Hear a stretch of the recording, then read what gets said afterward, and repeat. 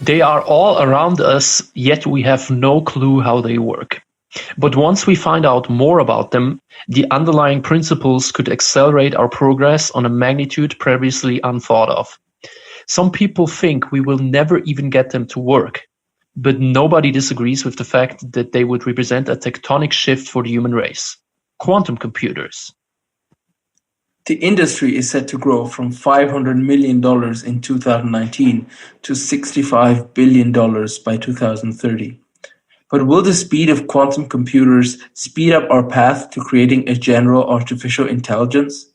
What about encryption? And could we use them for teleportation? Let's explore that.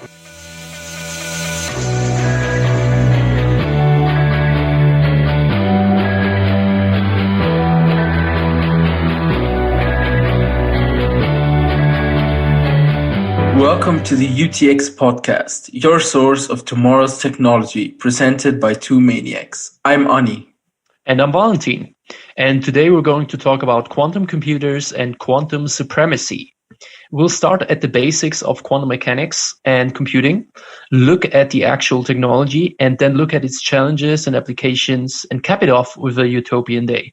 Let's get into it. All right, so what is quantum computing? Quantum computing and quantum supremacy both mean the utilization of properties of certain semiconductors on a subatomic or quantum level. More concretely, superposition, entanglements, and tunneling, all of which we will explain later on. These are all used to perform specific calculations much faster than classical computers and processing units could ever do. So a quantum computer now means a computer which is capable of quantum computing. And quantum supremacy is the idea that quantum computers will outperform classical computers in terms of time and space, complexity on useful computational tasks. It doesn't mean that quantum computers will be able to do things that classical computers cannot do. It just means that they can do some tasks much faster than classical computers can. However, the same quantum properties that might enable higher performing computation might also prevent us from achieving quantum supremacy anytime soon. But more on that later. But before we talk about quantum computing, let's dive into the principles of quantum mechanics. So the main principles that we will discuss are essentially what a quantum is, then Heisenberg's uncertainty principle, superposition, entanglement, as well as quantum tunneling, as well as a short discourse into teleportation. Now, a quantum is what we know of as subatomic matter, so what the atoms are composed of. We refer to them as photons, neutrons, and electrons. And within an atom, they can take on different positions and they adhere to a wave-particle duality. More on that later. Now, Heisenberg's uncertainty principle states that for a quantum, we can only measure one of two things. We can either measure its position with certainty, or we can measure its momentum or velocity with certainty. The more certainly we measure one of the two, the more impossible it is to measure the other one.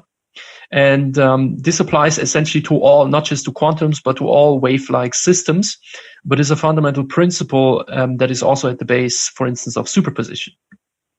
Right. So a quantum superposition is the fundamental principle of quantum mechanics, where any two quantum states can be added together and the result will be another valid quantum state. Now, to explain this, this principle has been proven in many different experiments. One of them, or the oldest one, is the Copenhagen interpretation of quantum mechanics by Niels Bohr and Werner Heisenberg from 1927. And they say that quantum mechanics can only predict the probability distribution, not the exact measurement of a quantum state. So it's just about the probability distribution, what you can expect, and not the exact measurement. And that's because quantums don't have these definite properties before being measured. And the interesting thing, as you mentioned before, is that these quantums are both particles and waves. at the same time. And this is known as the wave-particle duality. And this has been shown in some well-known experiments. We'll get to one later. And this is this is known as the superposition, where you have a quantum that is in two states simultaneously, and they resolve into one state or collapse into one state once we observe or measure them. So our very observation of a superposition forces it to create reality, as it were.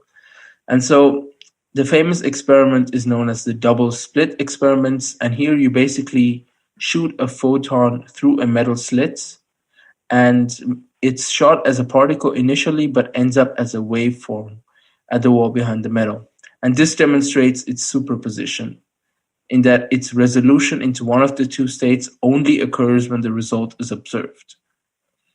This idea of existing in two states and only being forced into one once it's been observed is probably is probably best known in the Schrodinger's cat experiment, a thought experiment from Erwin Schrödinger that he mentioned in discussion with the famous Albert Einstein, where you place a cat into a sealed box along with a flask of deadly poison and radioactive source. Now, the poison is released only when the internal monitor detects radioactivity. Radioactivity is only detected as a wave. Yet, according to the Copenhagen interpretation, due to the wave-particle duality, the radioactive source is both particle and wave at the same time. That means because it's a particle, radioactivity isn't detected. But because it's simultaneously a wave, it is detected. So this means that you have two outcomes simultaneously. You have the poison being released and the cat dying, as well as the poison not being released and the cat being alive, which means that the cat is dead and alive at the same time. But it's only resolved into one of these two states, meaning that only when we observe does the radioactivity decide on whether it's a wave or a particle, and subsequently whether the cat is alive or dead. So yeah, quantum mechanics is really spooky. In fact, so spooky that for the other principle, entanglement, Albert Einstein, the man himself, said spooky action at a distance. Now, if we split, for instance, photons, if we have two entangled photons, theoretically, it does not matter how far off they are from each other. When they are entangled, if you spin one of them, the other will spin two. And this happens faster than the speed of light. So I think several hundred times faster than the speed of light. Now, the idea is when you have an interference of quantum entangled particles, which you have in an extension of the double slit experiment, which essentially mean that you split the photon prior to sending it through the slit.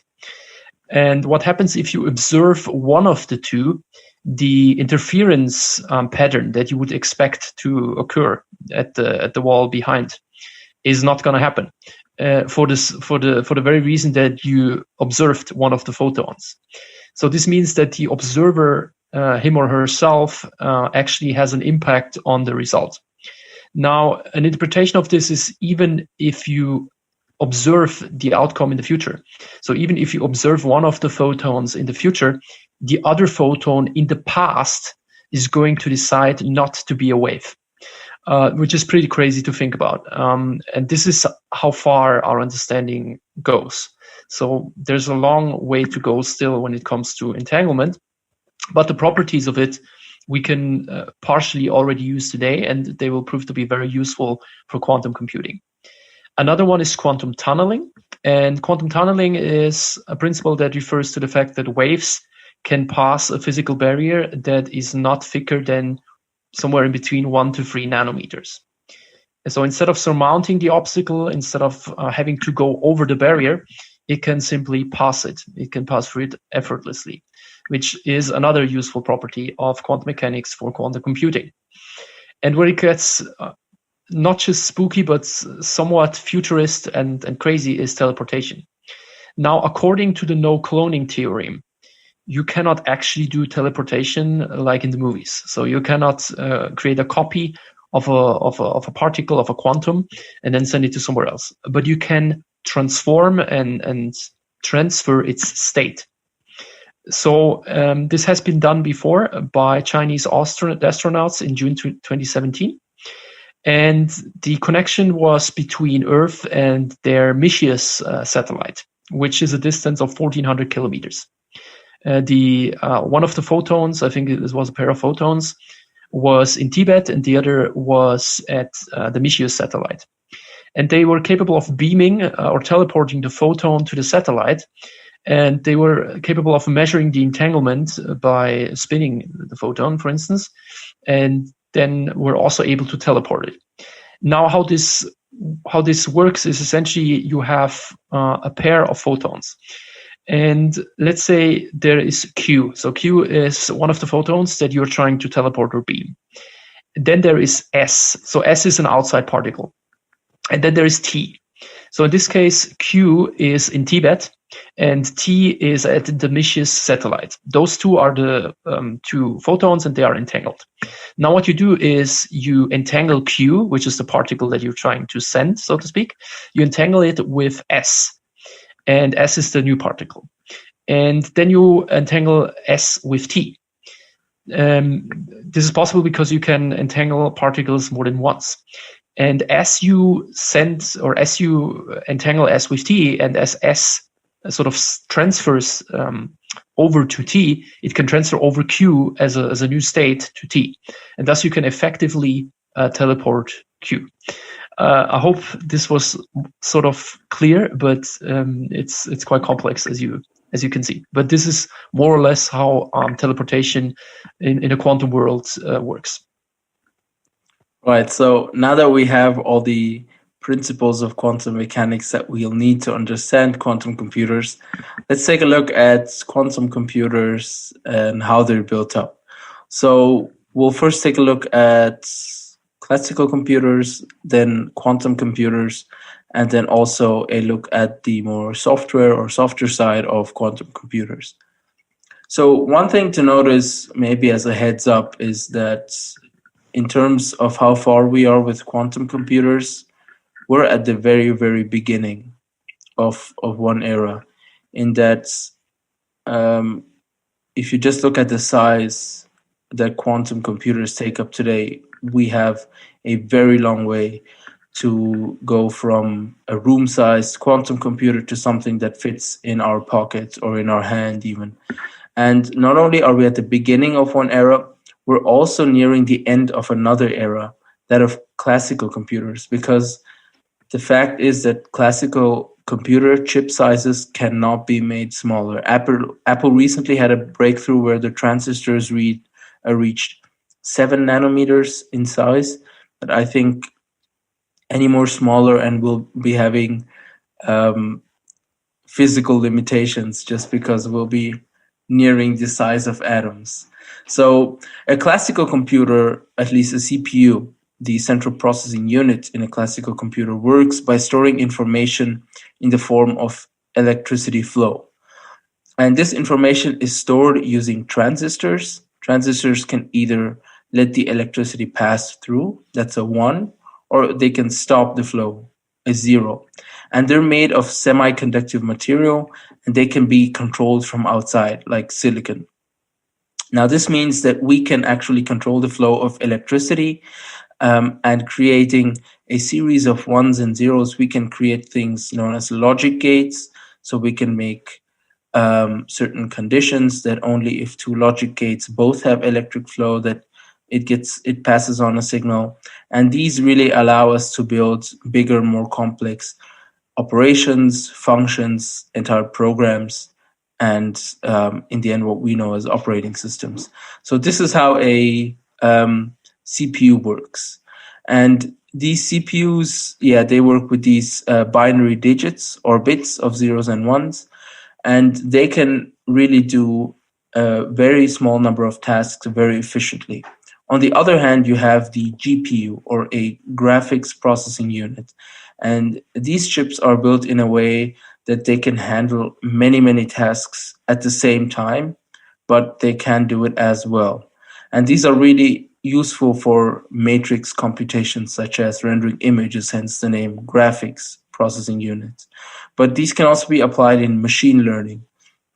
So for three-dimensional matrices, Google has invented the tensor processing unit because these tensors are used in deep learning. So much to how a classical computer works. Now we'll take a look at quantum computers. Now there are several models or types of quantum computers. The most widely used one is the quantum circuits. They use so-called quantum bits or qubits. And these qubits can not only take on a state of either 0 or 1, just like the bits, but they can also take a superposition between these two. And if we were to describe this mathematically, it's a probability distribution over both outcomes. So it would look something like 30% chance of 0, 70% chance of 1. So it's a distribution of the probabilities of which one it could be. And of course, as we know from previously, being a superposition, it collapses into one of the states once we observe it. Now, this means that because it splits into into a superposition of 0 and 1 simultaneously, it means that a qubit has the computing power of 2 to the power of n, with n qubits, meaning that 1 qubit has 2 to the power of 1 or 2, the power of 2 bits. Now, if we're talking, say, 4, with 4 bits, you'd have just 4 bits, right? But with 4 qubits, you'd have 2 to the power of 416. So this exponential growth means that we'd have a lot more computing power, much more condensed. And these qubits are based on quantums, these subatomic particles that we know from earlier, and specifically on the polarization of a photon or the spin of an electron. And the question of which materials to use and under what conditions to achieve these properties is still being researched. But the one that we use today, or one of the more popular implementations, used to be placing semiconductors like silicon or even chemical elements like niobium in a vacuum and cooling them down to close to 0 Kelvin, so absolute zero almost. And this allows you to modify and measure their spin, either through electrical or microwave impulses. But the more widely used one method now is using trapped ions or loaded atomic particles. And these ions are trapped in a magnetic field, an electromagnetic field, and using lasers, you can apply initialization and state measurement. And these have been the most promising architecture for, a scalable and also universal quantum computer. And theoretically, you could increase the performance of quantum computers just by increasing the number of qubits. But this approach isn't as simple and does have a few downsides, as we'll discover in a bit. Now, for classical computers, the way that they decide to let electricity flow or not is a logic gate. Quantum computers have also these logic gates, but they work a bit differently because they are reversible. This means that for mathematical operations where based on the output you can determine the input, you can inverse the function. And this is what a so-called Hadamard gate achieves for a 1 qubit solution. As a function, it can both output 0 or 2, which fulfills the superposition requirement. And this essentially gives us the logical and mathematical underlying for parallel computations that we do in quantum computers. An example of where we could apply entanglement is in graph computations. Now consider the famous travel salesman problem, and actually let's take the labyrinth problem because that's more intuitive. So if you want to traverse a labyrinth, so you're entering a labyrinth and you're trying to find the exit. What a classical computer would do intuitively, so imaginary, is it would enter the labyrinth and as one entity would search for the exit. It would just traverse through the labyrinth and eventually find it. compared to what a quantum computer does, it's sort of inefficient and really slow. Now, what a quantum computer does is, at least in theory, it splits in the various superpositions that it can achieve, and then it traverses through the labyrinths cooperatively as many entities. Thus, it finds the exits much sooner, much faster, and much more efficiently. Now, research suggests that quantum tunneling, so waves passing any barrier that is between 1 and 3 nanometers or less, could also be a challenge for quantum computing, which we'll also discuss in the challenge section. But for now, another implementation of a quantum computer is based on what they call a consistor. So researchers have created a system where they build the barrier between the qubits in such a way that the quantums have a certain probability of exiting or not, based on the quantum tunneling effect. And this certain probability is their variation of a superposition that they achieve. So for instance, 50%, there's a 50% chance of the electrons passing the system. And this would essentially make a quantum gate, which is very helpful in the computational process. Now, we have been talking about hardware. Now, we should also talk about the software part, because in order to use these quantum computers, as we've already discussed, they are not per se better in serving any kind of problem and with any kind of performance. But for some problems, they prove to be faster than classical computers. And these problems, in order to solve those problems, we need to build algorithms. And we can look at 3 examples of such rather famous algorithms that we use in quantum computers. One of them is quantum annealing. And the idea of quantum annealing, rather than to have an algorithm in order to find a solution, is to have an algorithm in order to find an algorithm that has a solution. So we call this a meta-heuristic, because we are trying out different algorithms in order to find the one that supposedly solves the problem in the best time and or space complexity, or with the best time and space complexity. Anytime we face a mathematical problem which is non-convex means it has more than one minimum, so it has local minima. Anytime we face this, we have a problem. And we need to find a way in order to get out of the local minima and into the global minima, which is then how we minimize, or in some cases maximize the function to solve the problem. And in the case of quantum annealing, it essentially uses superpositions again in order to set the different potential solutions as different states, and then figure out which of the solutions or which of the algorithms performs best. A second example is the Shor's algorithm, developed by Peter Shor in 1994. And this is used for integer factorization.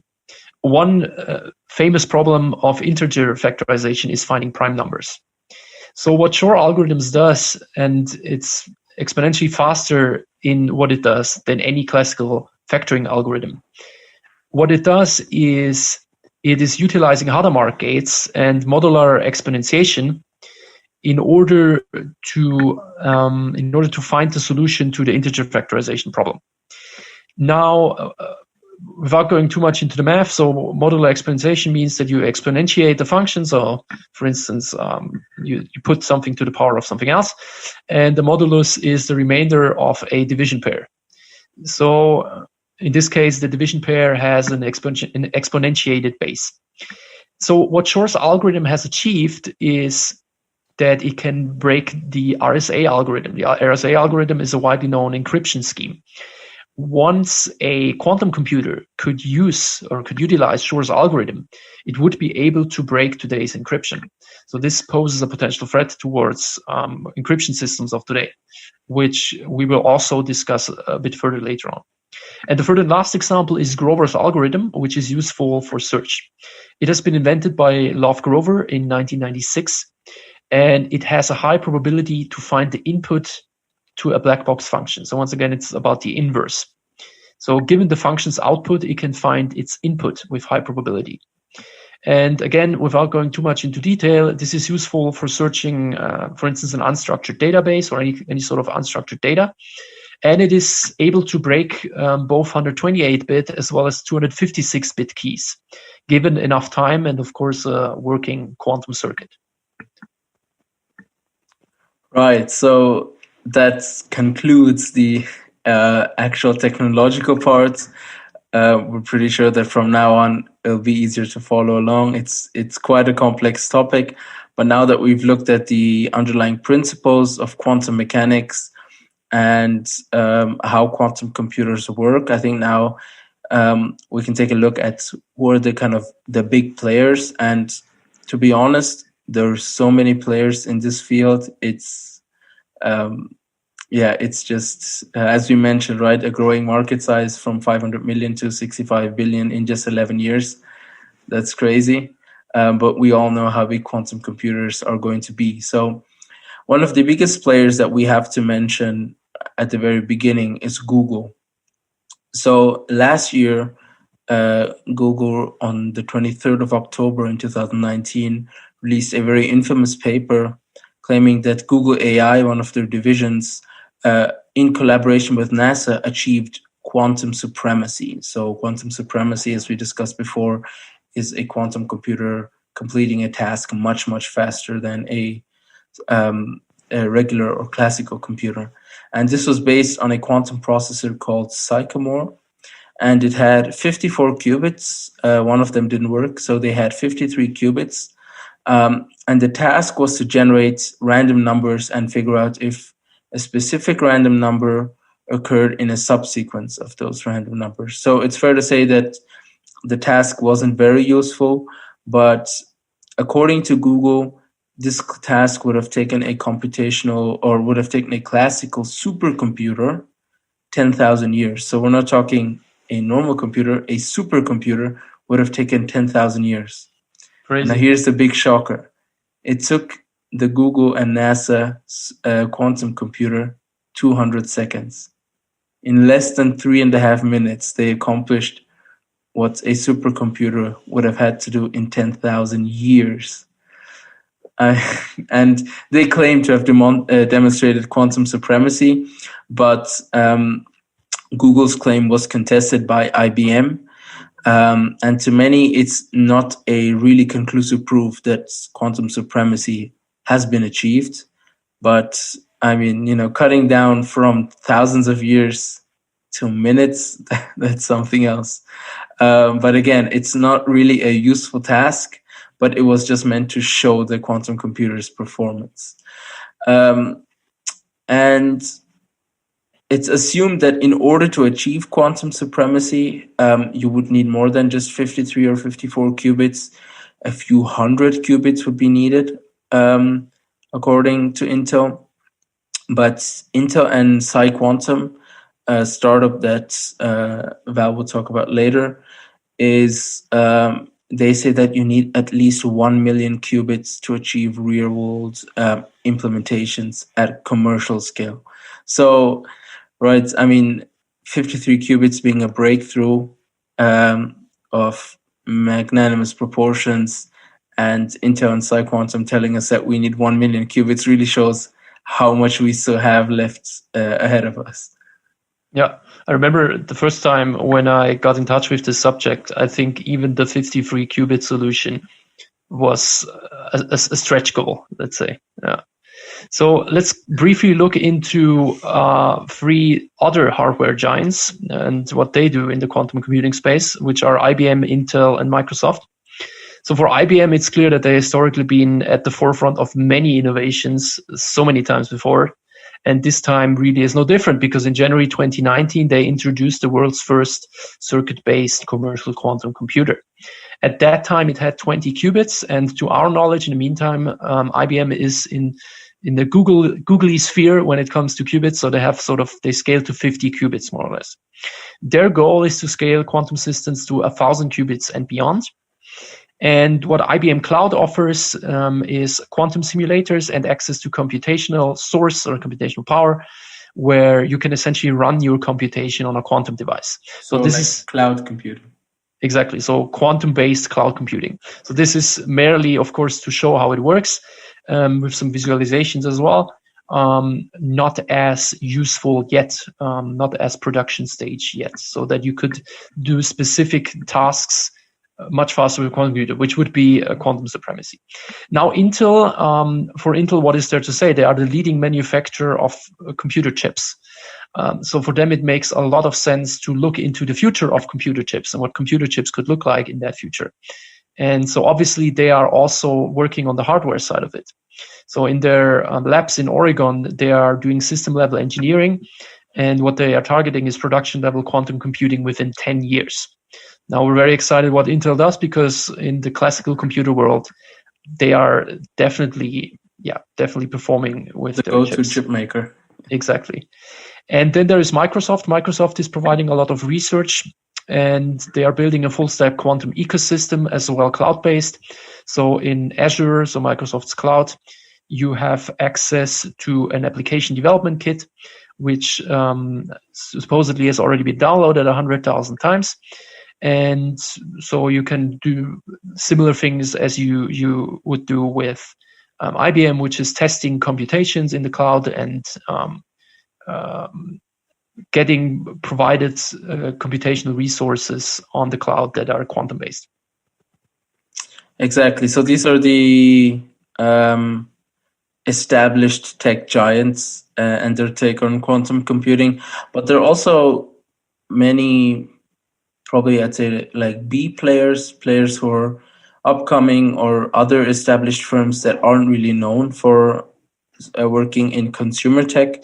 So one of them is D-Wave, Canadian D-Wave Systems, the first player to really fully focus on quantum computing. And back in 2015 already, they had a quantum computer with more than 1,000 qubits for NASA. And they said that they would have a solution with 5,000 qubits.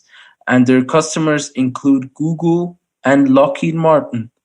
And D-Wave Leap Cloud is, again, an online dashboard and software development kit for quantum computing, so that anyone can use and kind of play around with their quantum processing unit for free. So there's that. Then there's Honeywell, and they're heavily invested to what we mentioned before, the trapped ion quantum computing hardware. So this next gen level of creating qubits. And as we mentioned, these trapped ions are the most promising architecture for quantum computers. And as I mentioned before, Lockheed Martin, not a company you'd think that'd be working in the quantum computing space. Their focus is on adiabatic quantum computing, which relates to applying rapidly varying conditions to a quantum system, such that it fails to adapt and its fundamental properties that are so useful for computation remain same. So their goal really is to improve manufacturing and aircraft design logistics. Let's look into China. China just a few weeks ago, has claimed to have surpassed Google and actually achieved quantum supremacy by not by factor 1 or 3, but by factor 10 billion. Billion now, with a B? With a B, yeah. So it is unclear, at least to us, whether they actually have achieved quantum supremacy. But what we do know is that they invest more than $10 billion in their National Laboratory for Quantum Information Science, which is currently being built or currently being extended. And Alibaba is also looking into quantum sciences, also quantum information sciences, is also researching in the matter. Another player is NTT, which is researching both hardware and software systems for quantum computing, including ultra-cold atoms. Remember that you need to really store the matter in a very cold environment in order to achieve quantum properties. And as well as they're looking into applications for encryption and prescriptive medicine, which we will as well in a couple of minutes. And there is Toshiba. They focus on the cryptography part of quantum. So they want to essentially bring cryptography and encryption into a post-quantum world, and are looking to secure network communications with quantum technologies. As for startups, The one that raised a lot of money in April 2020 was PsiQuantum, with a, I think it was Series B round of 150 million US dollars. In total, they raised 230 million. Their lead investor is well-known Atomico. They are further seeing BlackRock as one of their investors, and they have a strategic partnership with Microsoft on quantum computing. Wow. Now, their plan is to use silicon and photons in order to build a universal quantum computer, which is contrary to what many other startups are researching into, which is using so-called trapped ions for their quantum solution. Exactly. So one of the startups that is trying to develop a kind of general purpose quantum computer that uses trapped ions is IonQ. They're based out of Maryland in the US, and they develop both software and hardware for quantum computing. Then we have Rigetti Computing, another quantum computing startup based out of Berkeley, and they develop and manufacture quantum integrated circuits and cloud platforms to write quantum algorithms. And they've been backed by famous Silicon Valley investors like Andreessen Horowitz or the Y Combinator, who, by the way, have a great YouTube channel with a great startup course. So if you have free time on your hands, check out YCom. Then we have Zapata. They're a quantum software provider. They raised a total of $64 million. They raised $38 million in a Series B round of funding, I think back in November. And then we have one in Europe, IQM. They raised 39 million euros back in November in a Series A, and they're trying to build semiconducting quantum computers. They've raised 71 million so far. So yeah, it's a booming market. And IQM really is focusing kind of quantum computers not to general purpose or to the general public, but specifically for research laboratories and supercomputing centers. And here's an interesting quote that I came upon. IQM will have a lasting impact on the future of computing and consequently will help solve some of the global challenges related to healthcare, climate change, and the development of sustainable materials, among many others. So yeah, it seems interesting that quantum computers aren't just interesting to the general public, but also really interesting towards solving actual societal needs and being focused for research as well. So let's shrug off all the atoms and mathematics and physics off our shoulders and ask the question, so what? Let's look into applications. Why are we using quantum computing? Now, one potential application is quantum simulations. In order for us to understand our brain better, in order for us to understand the space better, which we've discovered last episode, in order for us to look into how matter behaves in a subatomic world, we need to go and simulate quantum systems. And this is only possible if we can simulate probability distributions, of course, but also if we can simulate superposition, entanglement, and all the properties that quantum systems inherit.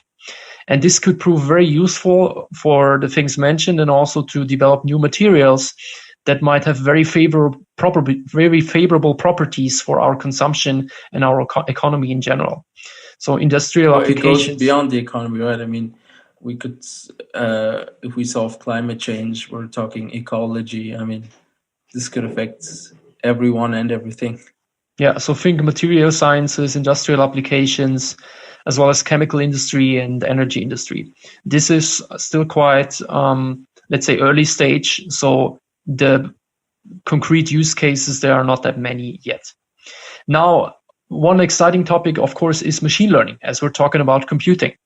And in machine learning, many times we do matrix operations. So we multiply matrices with each other, or we do matrix operations. And therefore, GPUs are quite useful, so the classical GPUs, but also QPUs, so quantum processing units for parallelized computations. Algorithms like simulated annealing can significantly improve the time complexity of solving something like the traveling salesman problem. And the traveling salesman problem, just very quickly, is, for instance, what Uber has to do when they send their Uber drivers along the city. So they need to figure out what is the shortest path between to essentially circulate between different locations, where it's not quite clear in what order you would circulate between those. And simulated annealing, for instance, as we've discovered, is a meta heuristic which finds us the best algorithm to solve that problem. But there we could also think about using entanglement and superposition in order to try out all the different possibilities at once, and thus reduce the time and space complexity of the operation by manifold. Exactly. So as we've already explored it, those properties are very useful. So the main three one are superposition, entanglement, and quantum tunneling. While Google, at least we believe that, Google has not achieved quantum supremacy in 2017 yet, IBM, which criticized them on that, or which let's say challenged them on that, has claimed that quantum supremacy might happen within 5 years. And they did that in 2018. So if we add 5 years to that, then that would mean in 2023, quantum supremacy could be a reality. And this is really exciting because this would unlock all the applications that we're now talking about and much more, and could potentially change as much, so that we would talk about it as if we would talk about the invention of the internet, or even further. Now, and yeah, so as explained before, some obstacles are still along the way, and in challenges we will dive deeper into those, also technically, and it's unclear yet how we will solve them in the near future. Yeah, but continuing on the various applications, we also have healthcare and medicine.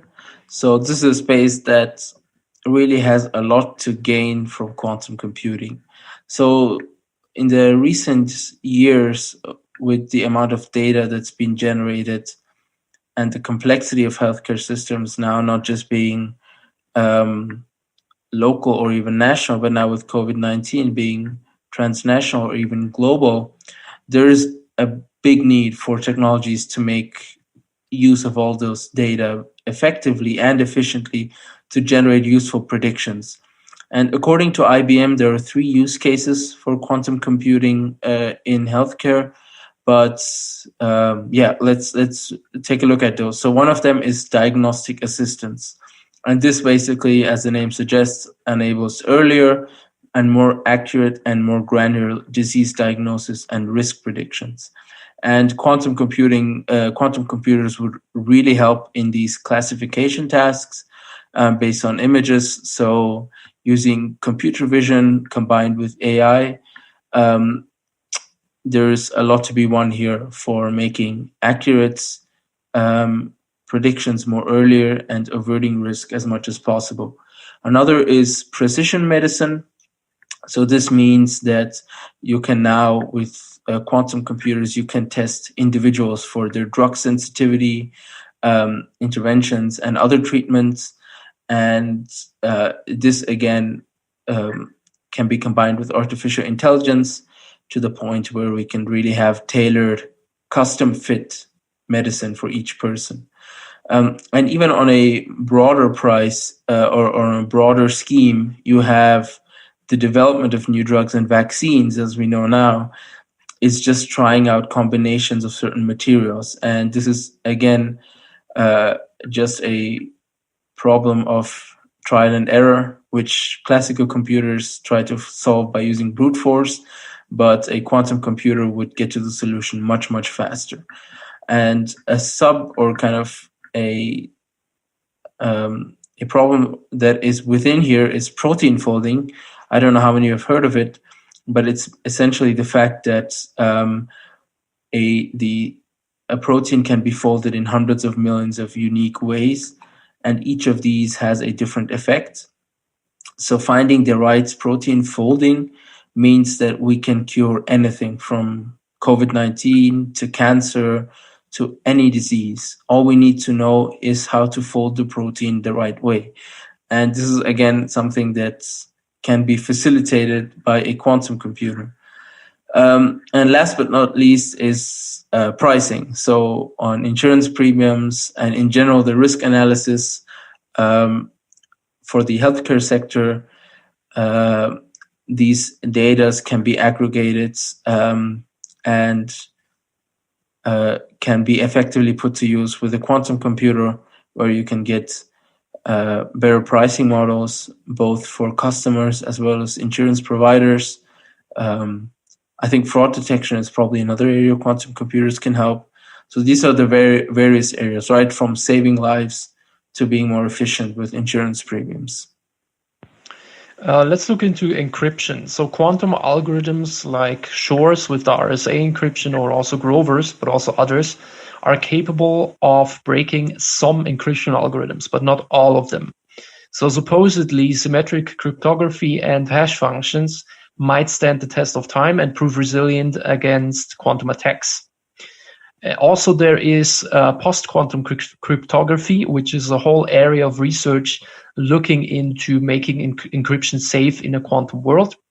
So, and thus much safer in general. So in a quantum world, or let's say in a quantum computing world, because we do already live in a quantum world clearly, the whole idea of post-quantum encryption would make things safer. Also think about end-to-end encryption between devices, which, for instance, if you could teleport information, would be even more safer, much safer than if you use Telegram today. Onto finance. When we talk about finance, something where we believe that quantum algorithms will not be that helpful is in predicting alpha, or performing better than a certain index, a certain fund, or an active manager for that matter, or any passive solution. Because whenever we talk about alpha, we are talking about something where you have more information than the other market participants, or you have a better algorithm than other market participants, which usually is a temporary matter whenever the information is publicly available or partially publicly available. So at least if we're leaving the bird's eye perspective, so when we're leaving the idea of predicting markets in general, when we try to price certain assets or predict the development of asset prices of certain assets, having a better algorithm is not necessarily going to solve the trick, but rather it's about having better data. However, where it gets interesting is where we are already using sort of artificial intelligence, which is in financial transactions that are automated or decided upon by computers. So think, for instance, high-frequency trading, where computers exploit small inefficiencies in the market-making mechanism of marketplaces within fractions of seconds. So when it's about speed and when it's about calculating something really fast, quantum computing could really come into the picture. Now, the before mentioned developments regarding cryptography are obviously also relevant when we want to secure financial transactions and accounts. So it could also make the financial system even more secure. And finally, the classical, or the now dived into areas of where we can apply AI to finance are also relevant in a quantum world, which is, for instance, risk modeling, portfolio optimization, choosing the right balance between asset classes, fraudulent payment detection, or credit default prediction. So all of them will also potentially benefit from the inclusion of quantum computing. Yeah, and to round off the applications, I don't think we've exhausted the benefits. But yeah, another one is in search functions. So Grover's algorithm, as you mentioned, it significantly speeds up search within a unstructured database. So quantum computers can make use of this algorithm much more better. Then we have, interestingly, this was just a week ago, you mentioned the traveler's problem earlier. So there's a similar problem in the aviation industry, where with an increasing number of aircrafts and routes, assigning aircrafts to routes is an optimization problem that has an exponentially increasing complexity. So this is a hard issue, but one that could save airlines a lot of money. And a week ago, the Chalmers University of Technology Quantum Computer Project, which was in collaboration with other institutions, they developed their first one of its kind quantum approximation optimization algorithm, or QAOA, which is one of the weirdest acronyms I've ever heard. But this one solves the problem of assigning aircrafts to routes. And they had their own quantum computer with 2 qubits, and it was a modeling on a smaller scale with just 2 aircrafts. But they showed that with an increased number of qubits, they could actually create, or they could train this algorithm to the point that it could solve the problem of assigning aircrafts to these routes. So those are our applications of quantum computers that we came across, that we thought of. But I think it's fair to say that we have not nearly scratched the potential, or just have merely scratched the surface of what quantum computers can achieve. I think pretty much anywhere you have a computer today, this new speed isn't just like, a new phone where you have a little faster speed. I think it's really a tectonic shift. And given that computers are a part of our day at every step, literally sometimes even, I think it's almost impossible to note down all the benefits or application possibilities of quantum computers. But Absolutely. I think that's enough of the rosy side. It's not Yeah, absolutely. As more minds will wrap their head around this, we will come also to more conclusions onto what we can do with quantum computing. And the future of computing in general is obviously very relevant to our societies and also to our podcast where we discuss technologies and such. Also, the quantum internet, which we will briefly discuss in our Utopia, is, for instance, something that will also come up. But discussing a lot of this is based on the idea of quantum supremacy, and it's unclear yet whether quantum supremacy has been achieved. And we are looking into some of the technical challenges that quantum computers bring along, because the useful properties at the same time can be a big problem when realizing their potential. So the first problem is sort of the obvious one, and it has not really changed since the bits, since the CPUs. Because when we manufacture chips, as you mentioned, there is currently a limit to, I think, 7 nanometers, you said, in size.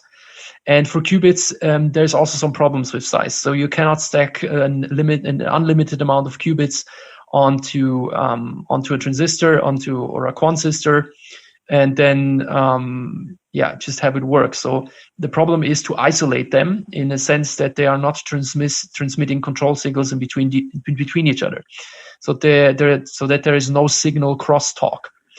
The other problem with that is that if you place them too close to each other, then you have problems with quantum tunneling, which is something we discuss in a second. But in general, for any sort of complete Turing machine, which is what we describe a computer as in computer science, for any of these things, you want to have a fault tolerance. And fault tolerance, in very simple terms, means that the system is not crashing down randomly. So a robust quantum error correction is needed, because these systems, when they output errors, what you usually do when a system outputs errors, in order to prevent that, in order to correct that rather, is you store the information in multiple places. However, according to the no cloning theorem, you cannot copy quantum information. You cannot copy it to a different place and store it there. The idea that Peter Shor had, and the algorithm that he discovered to solve that, is that he relies still on storing the information on just one qubit, but you entangle that with several other qubits.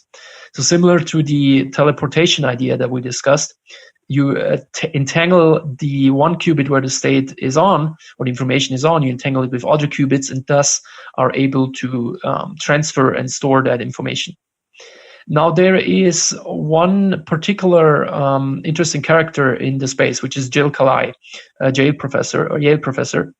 And he says that quantum systems, as we imagine them to be, will never be possible. So that's very sad. He says that due to the noise that quantum systems produce, we will not be able to achieve quantum supremacy. And one of the reasons is quantum decoherence. The idea that quantum particles lose all their useful properties when they are being observed. So the superposition resolves into a deterministic state when they are being observed, and also when you interact with them, which is necessary for computation and for extracting information.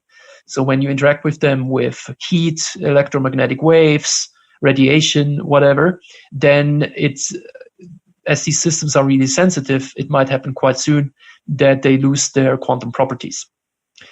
And the other reason is the uncertainty principle, which, as mentioned at the beginning, developed by Heisenberg, means that you cannot measure two very important properties at once. You cannot measure the position of a quantum, for instance, in an atom, and its momentum at once. You can only measure one of the two, which also puts a limitation onto our computational abilities. So these need to be looked into and need to be solved before we can scale to quantum supremacy and beyond. Yeah, and the last challenge that we found was quantum tunneling. So this poses a challenge in that, according to Moore's law, right?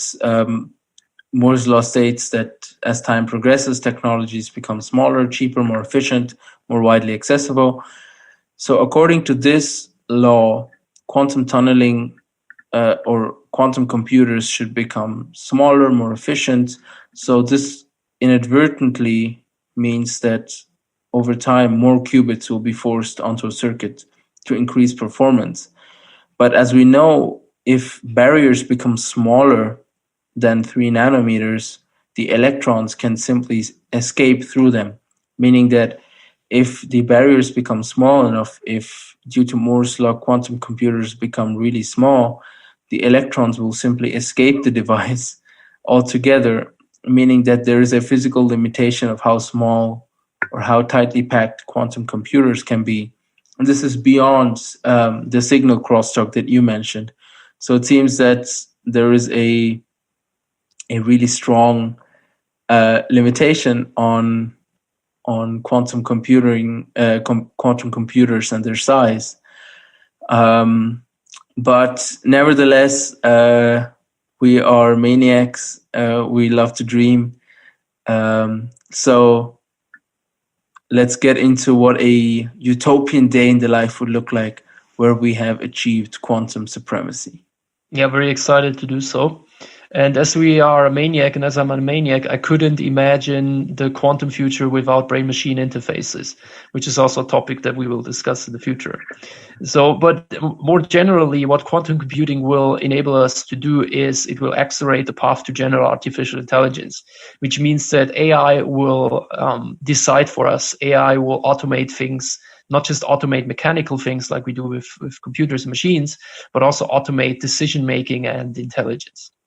Now, so I essentially wake up and I have my brain-machine interface set on, and the computing devices and the data that I'm using is connected to the quantum encrypted quantum internet, which has faster than light speed and data exchange and accessibilities based on entanglement and or teleportation of data, and the Grover's algorithm, which lets me search all my unstructured data much faster than a classical computer could.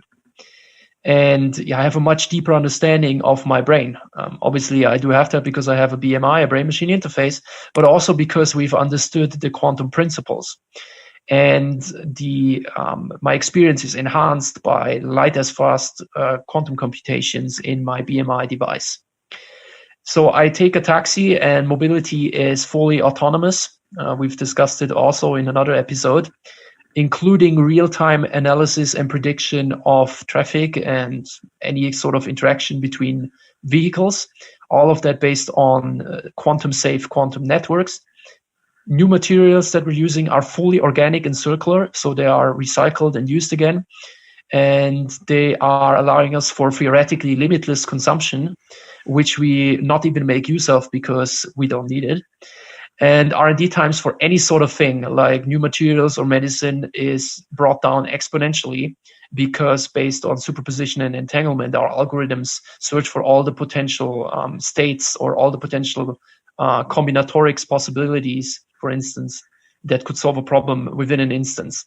So for any of those needs, AI has taken over the task. And finally, also, as I'm waiting for delivery of my package, supply chains are completely autonomous. So there are quantum networks where the sensor systems are connected to each other with or without blockchain. And the full supply chain is automated, including supply chain finance or working capital decisions, and all the settling at harbors, airports, and shops. And yeah, I mean, because we can teleport particles and combine it with 3D printing, it doesn't mean that you have to even go to a store. Anything that you wish, be it food, the latest iPhone, anything that you can dream of, can be printed. The information can be brought to you at faster than light speed, and combined with the 3D printer. And of course, with quantum computers, we'll have made serious progress in material science. So we'll be able to construct items that we didn't even know were possible. Of course, as you mentioned, we'll have personalized medicine, but not just medicine, and also nutrition, to the point where we probably won't even need medicine unless it's something more genetical. We'll have wearables that are connected to the clouds. And of course, due to the fast data transfer, you have real-time quantum and big data enabled decision making, almost reminiscent of the Sherlock Holmes quote where he says, "If I had access to every strand of data in the world, I could predict the future." You have, of course, a personalized and fully automated finance portfolio manager based on your individual preferences. That, of course, comes along with recommender systems and historical financial risk and performance data of various assets and their classes. And on a larger role, I mean, these are things that affect your day in the life. But I think quantum mechanics can also, or the understanding of quantum mechanics can also affect our life as such, in that entanglement and connectedness can offer a potential, maybe more than potential explanation for consciousness, thoughts, sensations, perception, even spirituality. What is the soul? I think we can find answers to questions we couldn't even think of, or at least couldn't think that they were ever answerable. The superposition and the role of the observer might also be a explanation for subjectivity. Superposition and the creation of parallel universes, or a participatory universe through our perception. That's interesting, right? I mean, that's beyond our universe even. Maybe entanglement is a reason why we come across certain people in our lives. Maybe it's a reason why you're watching this podcast now. Maybe that's how we can explain random things like randomness, luck, or destiny, or fate. And maybe the perception or maybe illusion of time can be nurtured by superposition, entanglement, and relativity. So really, I don't think quantum mechanics would just affect one utopian day in your life. I think it'll turn your whole life upside down, really fundamentally change the way we think about everything. And I'm not sure if all of this will become reality, but what I think is the correlation between this becoming a reality and you, dear audience, subscribing to our channel is given, because when more people are looking into these things, we can collectively bring this further. No? Exactly. And to my knowledge, I think that's all we have on quantum computers. So I know it was a pretty heavy subject matter this week. Whew.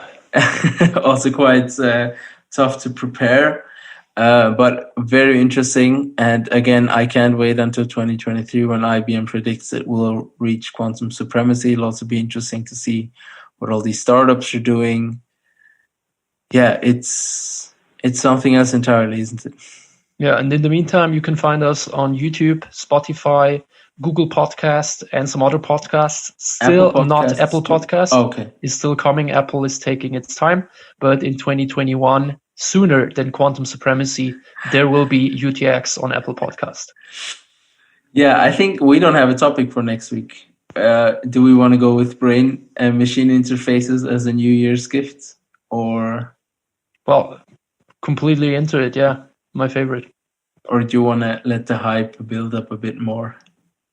Well, maybe. We don't know. Maybe there is some crazy news coming up. I don't know. Yeah, we'll have to wait and see, I guess. And